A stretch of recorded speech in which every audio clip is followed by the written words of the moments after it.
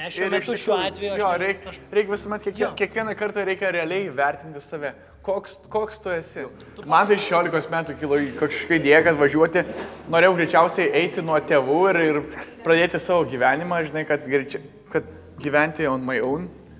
Danijoje gaunasi pigiau tas bakalauras gauti. Tuo labiau pažvelgi tą dalyką, kad Lietuvoje yra 4 metai. Danijoje visgi yra 3 metai.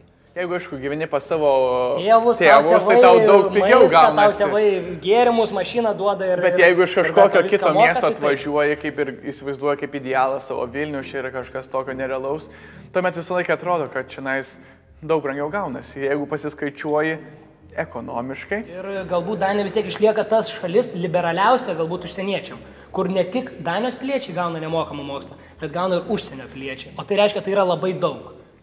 Teorinės užduotis ir galiausiai būna kažkiek tenka praktinės.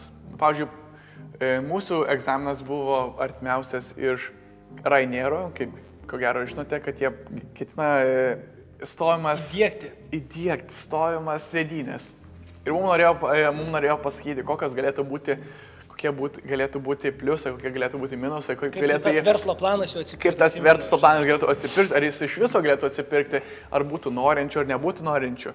Aš manau, kad tai yra pakankamai realus dalykas, ką tu mokiniesi ir ką tu gali pritaikyti. Man kas labiausiai patiko, nustebau iš tikrųjų, kad patiko, nes tavim niekas nesuinteresuotas yra. Tu nori nei paskaitas, tau nėra jokių midtermų, tau nėra jokių galbūt ten užlankomumo balų, tu tiesiog, ką tu parodai per egzaminą, čia ir pliusai ir minusai ir iš to, ką tu parodai per egzaminą, tiek tu esi vertas to dalyko. Tu turi galų gale, tu esi lievas per tą egzaminą, tu turi galimybę, aš matau, kad aš blogai rašau, aš nespėju, man nesiseka, aš pachmilnas.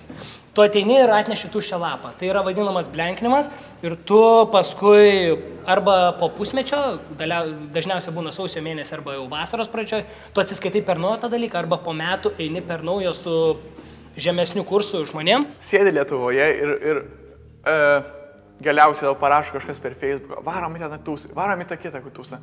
Ir tu sakai, ne, tu atrodo kažkaip, nekoks. Tu galiausiai, jeigu tu ir pasakai, kad ne, bet galiausiai iš tave pasako tau, kad tu išvarytum tenais. Kaip būna Danijoje, tu vis tiek mažiau turi draugų negu čia Lietuvoje. Siauras pakankamai lietuvių vis tiek nori bendrauti su lietuviais, nes yra savęs mentalitetas. Ir tu pasakai, kad ne, dabar negaliu, dabar mokausi. Ir tu kažkaip atsiduodi tą mokymuisi, tarkim, 5 valandas.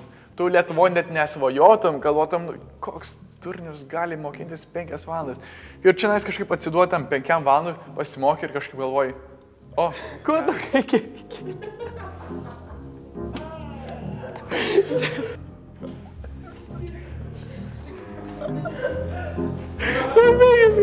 Davai, baigiam 2.